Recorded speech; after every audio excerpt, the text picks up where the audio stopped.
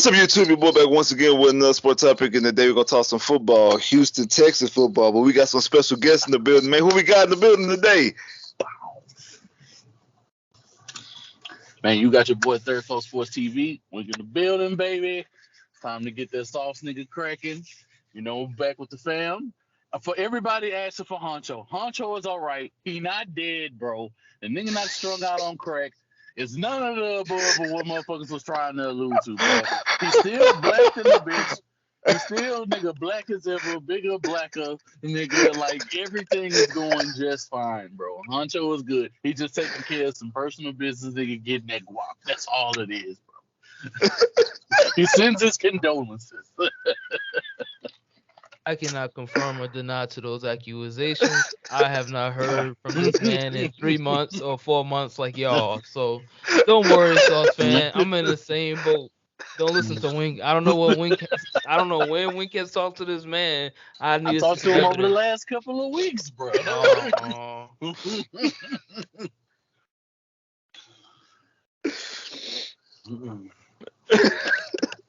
I lost my train of thought, y'all. Wise?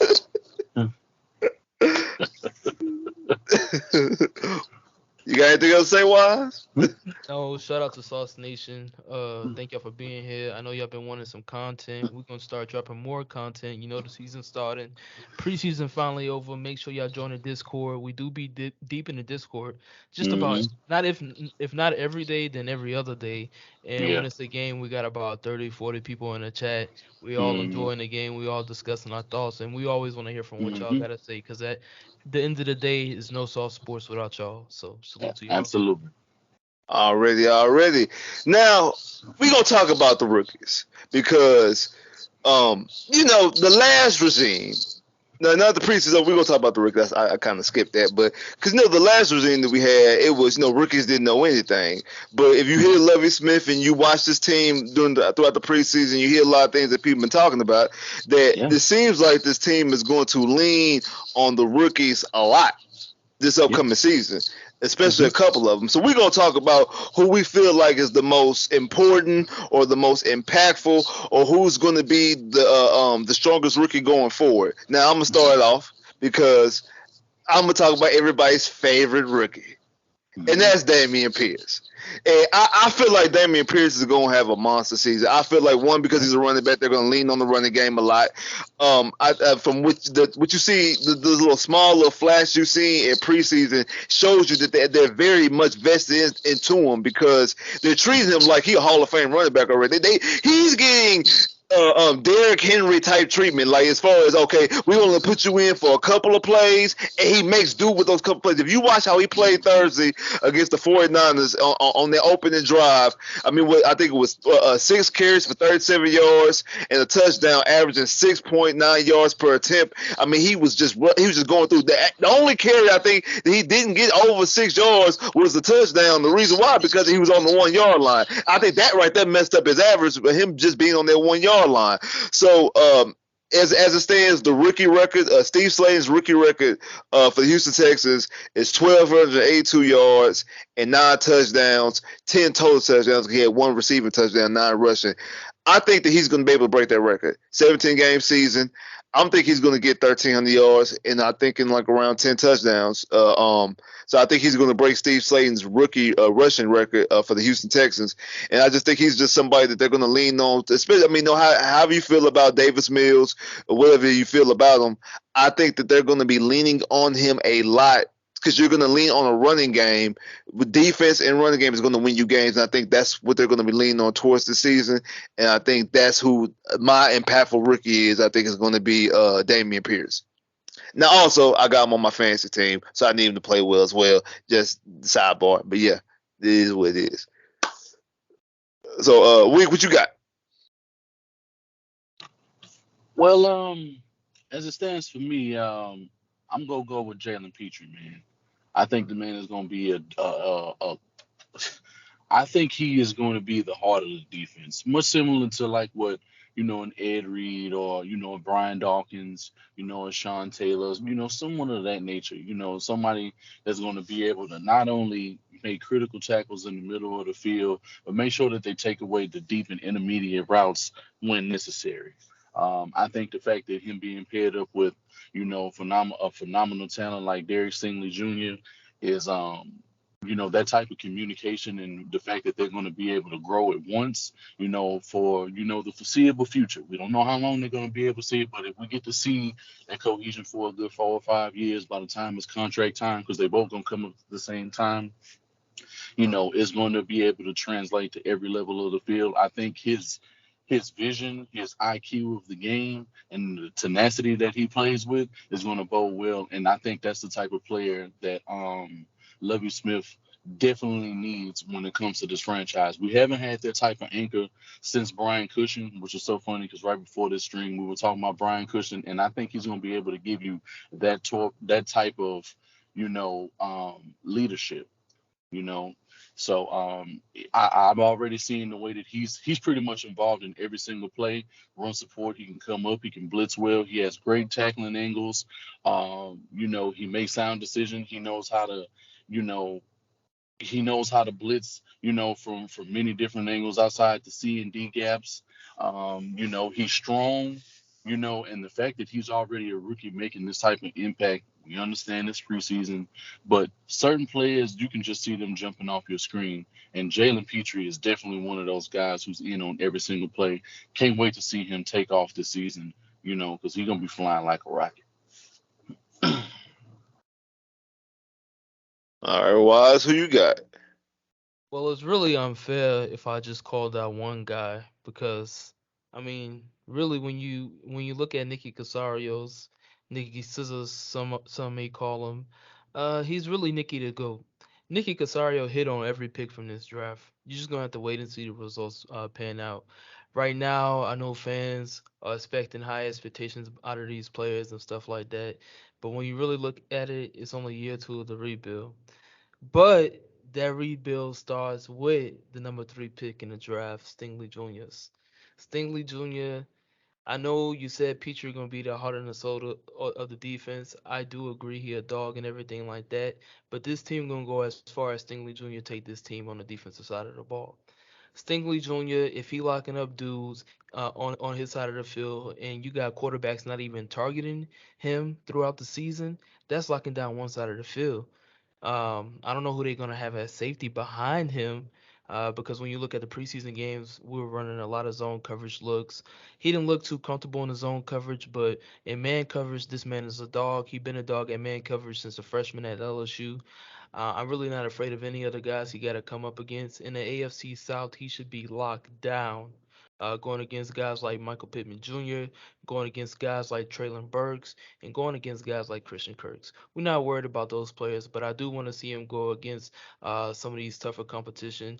Starting off like week two against Denver Broncos, going up against a quarterback in Russell Wilson, seeing a boy like Jerry Judy, seeing the Cortland Sutton. So he's gonna get tested real early. He's gonna get tested often, especially by these pro veteran quarterbacks. They always gonna try to test a rookie. They don't care about your name at the end of the day. But when it comes to Stingley Jr., I know he's gonna put up the work. When you look at his hips, he always have fluid hips, making a play on the ball. He has this speed, this burst to backtrack on a play. If he behind by 5 yards, he's still gonna make a play on the ball. So this guy's really unstoppable, and we're really gonna see a glimpse of what he's gonna do if the Texans are able. If Jonathan Grenard and this defensive line is able to have a good season, it's going to only help the secondary and it's going to help the pass rush at the same time. So that's why I said Stingley Jr. is going to have a huge impact on this team because, like, if he's locked down, if he's pressed, if he's in man coverage, if he's making plays like he did on that tackle on the Rams where he was covering the slant, I mean, against the 49ers, sorry, when he was covering the slant and then came down, made the tackle on the run play. I want to see things like that coming from Stingley Jr. He ain't afraid to tackle dudes like Kevin Johnson. So, Stingley Jr.'s, Nicky Casarios, thank you for being a part of this Houston Texans organization. And also, shout out to all the rookies because they always really hits. Speaking of, because both of y'all pick guys from the secondary, the Dante Robinson, the Dante Robinson rookie year. He has the rookie record for most interceptions, which is 6. Has the most has the most pass deflections, which is 19 for a rookie. So that's what you're looking at interception wise. The pass deflection wise, if you're looking for rookie records, is six interceptions, 19 pass deflections. And to answer your question about the safeties, if I'm not mistaken, it seemed like majority of his side, majority he had Petrie on the side on the same side as him, but it looks like the safeties are going to be Petrie and Jonathan Owens. I'm thinking that's more than likely going to be the starting 2 safeties. Obviously, Petrie is going to be the starting safety, but I'm thinking the opposite safety is going to be Jonathan Owens. So we're going to see with that combination. Also, he's going to have Nelson on the other side of him as the other corner, and also will have Desmond King in the slot. And I agree. Y'all know how I am about the secondary. I've been harping about secondary for the longest. And I do believe that the pass rush is definitely going to have something to influence when it comes to the secondary.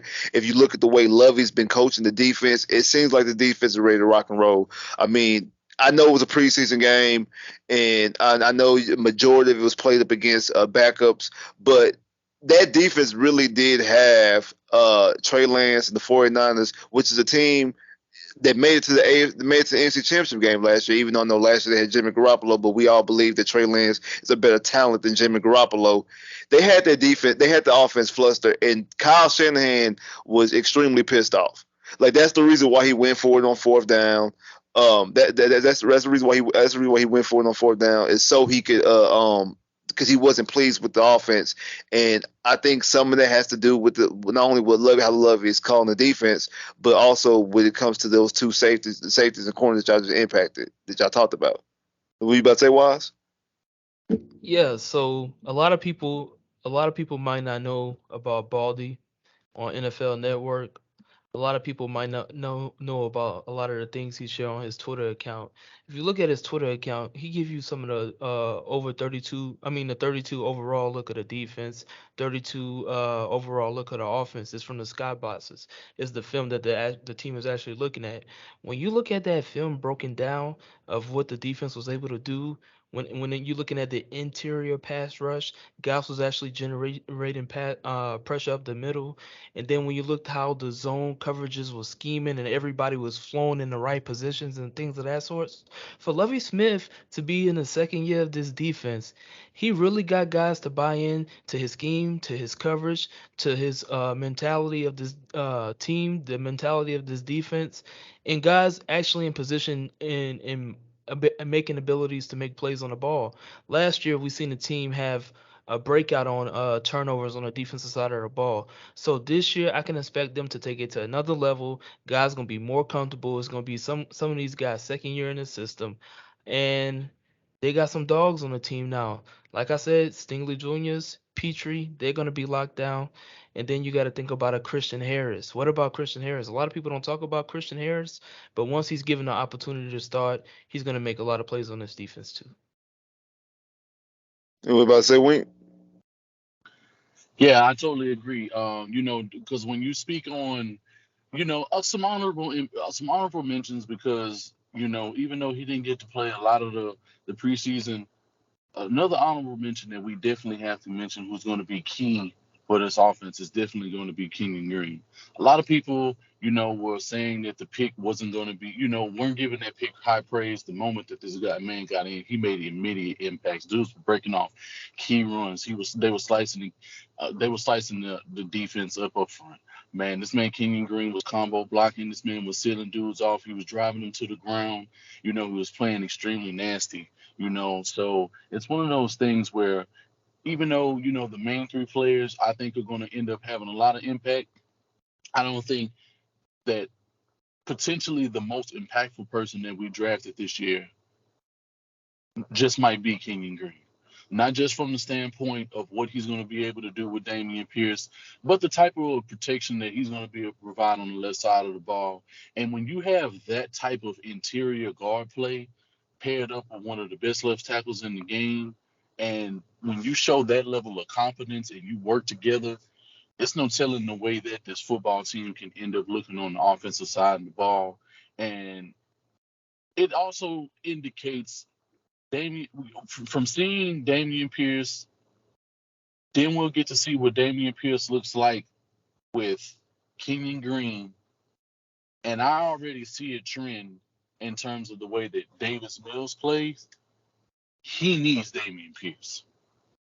And that was shown throughout the preseason. That was one of the key things that I was looking at. And the moment that he didn't have decent running back play, he immediately fell off into the winds and he reverts back to a lot of his old ways. And it seems that he can be stuck in his, he gets quite stagnant in the way that he throws the ball. He starts sailing, he starts doing all kind of crazy things, and his mechanics start to get wonky.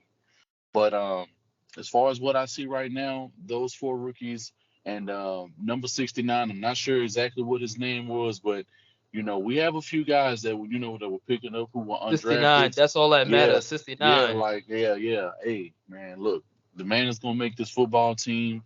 We don't want to give too much away, but if you guys were watching the preseason in the same way that we were, with an objective view of how these guys play, man, all of these guys can contribute and be a part of this team for a long time. Lovie Smith is the guy to get it done, and Nick Osorio is the man to be able to get it done in the off season. So those two being paired up, putting their football minds together, and the fact that they're extremely part of this team, and the team is already bought in at such an early level with a lot of young development, I think it's going to bode well for the Houston Texans going forward, especially over the next 2 seasons with all the draft capital that we have. I agree because, like I said, a couple months ago when they did the swerve and they hired Lovie Smith, it got me okay. Because I'm gonna be honest with you, last year, even though I watched every single game, my interest level with the Texans was meh at best because of everything that was surrounding the team. And hiring Lovie Smith brought me back in the fold. And then drafting Stingley Jr., y'all seen the draft video, I was excited. And okay, I was excited. I'm like, okay, I'm back in. And Stingley, and as of right now, I do not have a favorite Texan. As of right now, I do not have a favorite Texan. And if you would have asked me a couple months ago, I'll probably be saying, okay, Stingley Jr. more likely end up he's the favorite in the clubhouse to be my favorite Texan up until August, because it's just something about the way Damien Pierce run the football. I'm not saying he's Arian Foster. I'm not saying he about to be an all-pro. I'm not that type of fan to go out there, just because I like a guy, I'm going to go out there and say he's going to be the greatest all time. No, I'm not going to say that because I don't know. But he's trending in the right direction. He's the leader in the clubhouse of being my favorite Texan. It's just something about the way he runs. He's passionate about the way he runs. He don't bull jive with it. That whole open, he take off like a rocket. He don't dance around. He's patient enough. He's patient when he needs to be patient. He lets the hole develop. As soon as the hole cracks open, he shoots off through it. He on Lamar Miller when he act like, oh, I don't know if I'm about to run through it. Like he take off. He plants that one foot in the ground and he cuts and he takes off and he runs with enthusiasm. And I agree with what you said. I think that Kenyon Green is going to be a very vital part of his career, a very vital part of his rookie season, and also with Davis Mills. I know a lot of people out there who huge Davis Mills fans, that's one of the things they want to talk about is the lackluster running game, which is true. Last year, it was atrocious. The worst rushing attack in the NFL last year, the worst rushing attack in franchise history. And people talk about tight ends and things like that, and that's all we're talking about, tight ends or quarterback best friend, that's a bull lie. Because their best friend is actually the running game, because the running game takes pressure off of them. And Damien Pierce can block. He can run block. Yeah, and that's for a rookie to step in the run block is very vital. So that is going to be very vital to Davis Mills' development. It's going to be very vital to Brandon Cooks because it's going to take somebody out the box. It's vital to Nico Collins. It opens up a lot of things offensively. It opens up a lot of things for Pep Hamilton to call plays as well, because it opens up the play calling a little bit because he's able to run the football. So I agree. I think Derek Stingley is going to be a superstar player. I think Petrie is somebody you're going to lean on. Obviously, I believe Kenyon Green is going to be vital to a lot of these guys' career. But I just think that it's just something about the way Damien Pierce runs and also the way they treat him. I feel like that he's going to be a very, very impactful rookie. But like both of y'all said, to be honest, the person who's the most impactful is Nick Casario. Like, you got to give it up to him. You can't if you are dissatisfied from what you've seen, not just this draft, because some of the guys, like we just talked about Nico, and we didn't talk about Roy Lopez. Some of the guys he's drafted previously in last year's draft when he didn't have that many options, and when he got this year, Nick Casario, like I said, I tolerate no Nick Casario slander because it seems like that he knows what he's doing from the general manager position, and he's putting guys in the right position. He's getting the right guys on this team, and I'm glad that he has multiple first-round picks for the next couple of years. I'm very glad about that. So, I want to say anything before we dip out? Yeah, man. We didn't get to see a lot of Christian Harris, you know what I'm saying? But before, you know, camp, throughout camp, Christian Harris, was playing very good. I have no doubt that once they get Christian Harris involved in this defense is going to look extremely ferocious. If they were doing this with Derek Rivers, if they were doing this, with a Okonkwo, if they were doing this with Grenard and Roy Lopez, number 69, and if Jerry Hughes is being, is playing well, with Google Trill and everybody else that we already have in the front seven, paired with Tremont Smith in the back, just these guys who can make plays. And then you see the edge and how guys are talking in the media. Like, people are handling like all four players. We got people on our secondary talking about, yeah, you don't want to see me. I already know what it is. Yeah, Debo, do you really want me to be petty like that? Like, bro, you don't want this action. Every time I see you, bro, you get your ass locked up. This is what we need. We need that type of. It's been so long since this defense has had an edge to them. And this is why the Lovie Smith move, of all the moves, I understand y'all wanting to give Nick Casario all of the credit, and I can't blame you. But I'm willing to give a little bit more credit to Lovie Smith only because he impacts the culture and the fact that the culture of Houston is finally being infused with the fan base. That is not a Nick Casario move. I believe that Lovie Smith has been, hit up by the right people. I think the fact that he shows love to the city, I think that he's going to be involved with the city that no other head coach has been able to, to take to that level per se. So, and the fact that, he just appeals to the players on such a different level. The only other coach that we had that had this level of respect from the players was Gary Kubiak. Say what you will about Gary Kubiak.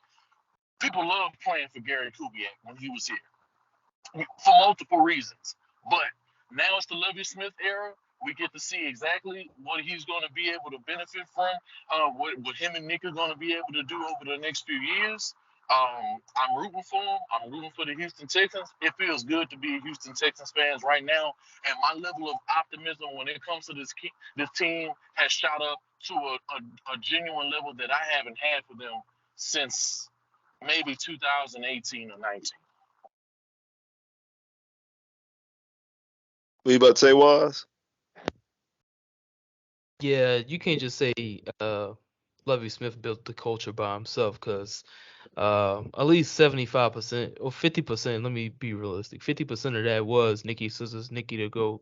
He did get rid of all of Bill O'Brien garbage, trash out of this rosters. When you think about it, look at a guy like Lonnie Johnson. He not even playing in the league right now. When you look at a guy like Will Fuller, he ain't playing in the league right now. When you look at a guy like uh, Suafilos, he garbage. He ain't doing nothing no more. When you look at guys like, I mean, it's endless amount of guys that Nicky Casarios have gotten out of this roster that Bob wasted draft picks on, and he had to come in here, clean up a mess, clean up a roster, handle a situation with WD-40. Um, and he was able to rectify the whole situation. He was able to take advantage of the situation, have 2 first-round picks for 3 years consecutive. He's already drafting the right guys when it's early, and we're gonna have a lot of cap space coming up this year. So it's gonna be exciting times to be a Houston Texans fan. I got a thank you video coming out to Nicky Casario soon. I don't know when I'm gonna get to it, but Nicky Casario, I owe you a thank you letter for getting my favorite players in the draft. Y'all know if you're a part of the sauce, Wise been preaching Stingley Juniors for the damn near last 2 years. So I just want to say salute to everybody in the chat. Thank you for watching the video. Make sure you hit the like button. Make sure you hit the subscription button below. And also make sure y'all get in that Discord. It's only $4.99. Really, if you hit up Wise, you might get a discount. Because Huncho not here right now. So if you really want the Discord invite, just hit me up. You can join the Discord right now. But salute to everybody. Salute H-Town. Appreciate y'all tuning in. And on that note, hey man, appreciate y'all coming through for another video. Hey, man, appreciate both of y'all coming through as well. Like, share, subscribe. Make sure you hit that like button, comment, click that bell, get more videos. Make sure y'all sharing this on all social media platforms. Holla.